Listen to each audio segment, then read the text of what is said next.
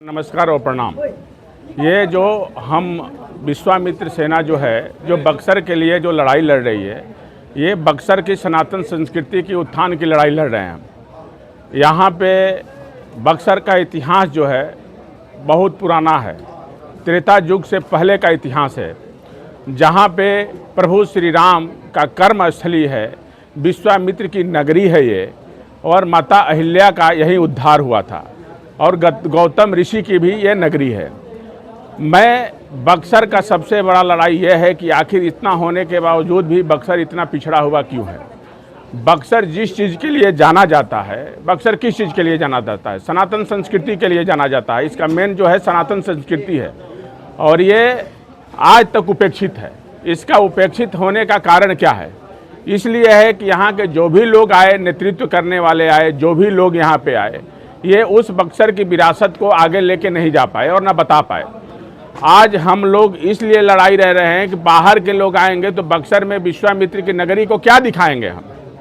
ना यहाँ कोई उनका स्थान है, ना वहाँ कोई आश्रम है, ना वहाँ कुछ साक्ष्य बचा हुआ है।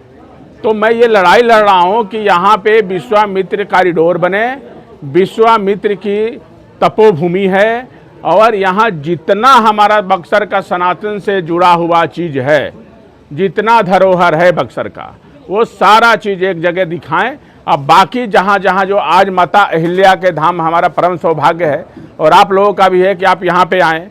ये माता अहिल्या का वही धाम है जहाँ उनका उद्धार हुआ था, जहाँ पे विश्वामित्र जी आए थे और उनके चरण कमलों से माता का उद्धार हुआ था।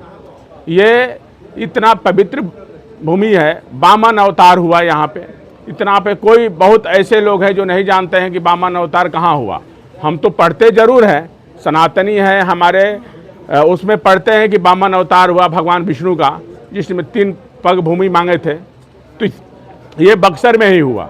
लेकिन उस बक्सर के धरोहर को और वामन अवतार को आज तक उसको बताने, आज भी मंदिर है लेकिन वो जेल परिसर के अंदर है।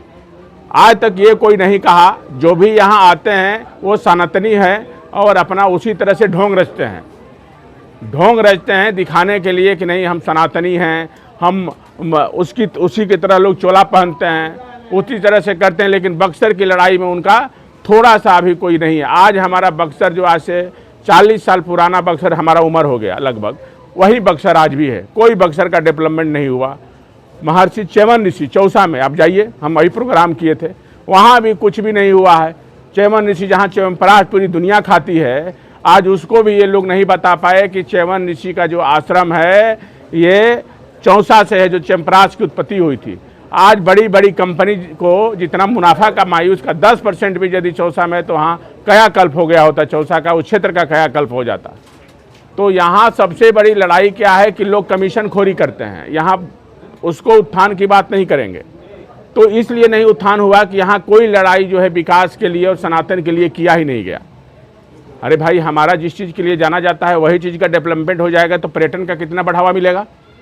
आज पर्यटन का इतना बढ़ावा मिलेगा कि हमारा शाहाबाद जिला का 50% लोगों का रोजगार मिल जाएगा, कोई बाहर नहीं जाएगा। इतनी बड़ी बक्सर की सनातन संस्कृति है और विश्वामित्र की नगरी की। इसलिए ये हमारी लड़ाई और मुहिम लेके चल रहे हैं। ये हमारी मुहिम जो है अभी फिर राजधानी पटना में होने जा रहा है, उसके बाद ये दिल्ली तक जाएगी। ये लड़ाई राजधानी पटना और ये दिल्ली तक लेके जाएंगे। ये हमारी मुख्य रूप से ये लड़ाई जो है सनातन संस्कृति उत्थान बक्सर की है। जो सनातन संस्कृति के ख़त्म कर दिया गया, उसकी मैं लड़ाई लड़ रहा हूँ। बक्सर के सनातन संस्कृति को ख़त्म कर दिया गया, मैं उसकी लड़ाई लड़ रहा हूँ।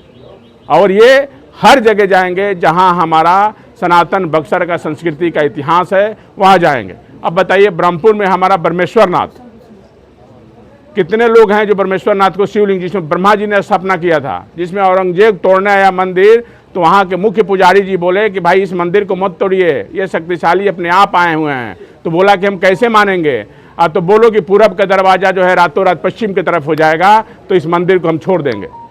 तो ये हुआ, और आज भी जो है वह सपना है कि पूरब की तरफ पश्चिम की तरफ है। लेकिन उस धरोहर को भी जो है हमारा उस तरह से नहीं हो पाया जिस तरह से होना चाहिए। तो आप समझिए कि बक्सर के सनातन संस्कृति की लड़ाई क्या है। मिथिलांचल में मखना बोर्ड है, सबसे बड़ा बन रहा है। क्या है कि वहाँ मखना होता है, जो ताल मखना हम लोग खाते हैं ना, तो वहाँ बोर्ड बन गया। आपका पूर्णिया में विकास हो रहा है, मुजफ्फरपुर देख लीजिए कहाँ चला गया, समस्तीपुर देख लीजिए कहाँ चला गया, दरभंगा एयरपोर्ट आ गया, गया का देख लीजिए, राजगीर का देख लीजिए।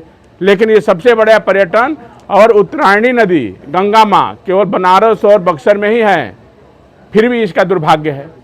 इसकी लड़ाई हमारी यही है। बक्सर सर एक ऐतिहासिक जगह है जहाँ श्री रामचंद्र जी पधार चुके हैं जी, धर्म की नगरी है। जब जब इलेक्शन आता है बक्सर हॉट केक बन जाता है नेताओं के लिए, जो लोग आते हैं बक्सर का शुभरन करते हैं, देवी देवता की बात करते हैं और वोट लेते हैं। इसीलिए तो हमारी लड़ाई है कि बक्सर की जनता जाग चुकी है, अब वो कुछ मानने वाली नहीं है। सबका मुंह जो है बदल गया है। अब बक्सर की जनता जाग चुकी है, अब वो नहीं होने देगी बक्सर की जनता। सर एक सवाल है कि आपने कहा कि हम सनातन की बात कर रहे हैं, तो क्या आप सनातन की बात कर रहे हैं या किसी पार्टी विशेष का समर्थन? नहीं, पार्टी विशेष की समर्थन नहीं कर रहे हैं। आप एक बात को समझिए, हम बक्सर की लड़ाई जो है इसलिए लड़ रहे हैं। बक्सर किसके लिए जाना जाता है? सनातन संस्कृति के लिए ना बक्सर जाना जाता है। तो बक्सर का किस चीज के लिए बात करेंगे? सनातन संस्कृति की बात करेंगे ना। बक्सर का नेतृत्व करने वाला, बक्सर के नाम पे, सनातन के नाम पे जीतने वाला, बक्सर का विकास नहीं किया तो इसका विरोध करने का बक्सर वासी होने के नाते यह हमारा धर्म और कर्तव्य है कि उसका विरोध करेंगे। अब हम लोग जग चुके हैं, अब अपनी लड़ाई हम अपने खुद लड़ेंगे। ये जो लड़ाई है सर, ये राजनीतिक रूप भी लेगा? नहीं, अभी नहीं। अभी सनातन संस्कृति, मैं पहले भी बोल चुका हूँ, कोई राजनीतिक नहीं है। हमारी लड़ाई जो है सनातन संस्कृति बक्सर उत्थान की लड़ाई है। ये जहां जहां हमारा सनातन संस्कृति कमजोर हुआ है बक्सर का, उसकी लड़ाई विश्वामित्र सेना लड़ेगी, उसकी लड़ाई है। हाँ, सरकार में जो है भाजपा के संसद थे, तो क्या लगता है कि बक्सर में विकास तो अरे तो हम तो कह ही रहे हैं बाबू, ये बात तो मैं बोल ही रहा हूँ कि जो भी यहाँ नाम नहीं लेंगे, जो भी नेतृत्व करने वाले लोग हैं, जो लंबा समय तक नेतृत्व करे, कोई भी हो, जो भी